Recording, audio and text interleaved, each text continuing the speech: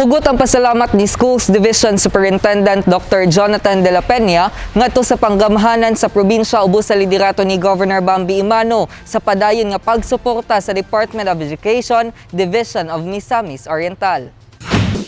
Sa pagtapos sa school year 2020-2021, gitakdang magbukas na usabang laing tuig sa pagtungha sa kabatan-unan sa probinsya. Ug sulod sa pila ka mga katuigan wala mapakyas ang administrasyon ni Governor Bambi Imano nga padayon nga miabag ug misuporta sa bisan unsang panginahanglan sa tunghaan. Gipaabot ni SDS de la Peña nga dili mahimong magmalampuson ang edukasyon sa probinsya kung dili tungod sa suporta sa amahan sa Lalawigan. Diin nila nakuha ang mantra nga Be More o bringing excellence by maximizing and optimizing resources in education.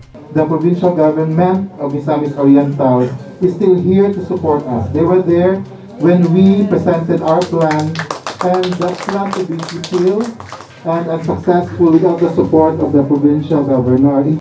Dugang niini nga makalawom ang panggamhanan sa probinsya nga anaa sila kanunay sa pagsiguro nga mahatagan og maayong edukasyon ang mga kabataan.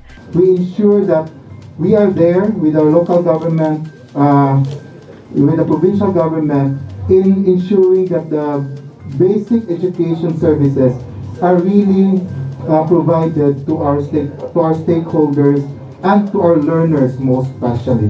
Kanunay nga suportado ni Governor Bambi Imano uban ang mayoriya sa sangguniang Lalawigan ang bisan unsang programa sa edukasyon nga ipatuman sa probinsya. Pasalig sab sa Deped Misor nga makalaom ang katawhan nga taliwala sa pandemya, ang edukasyon sa Lalawigan magpadayon sa pag-arangkada. Kauban si Benboy Bagin sa kamera, ako si Raymark Simanya, alang sa limpyo ug matarong nga panggobyerno, padayon Pilipino.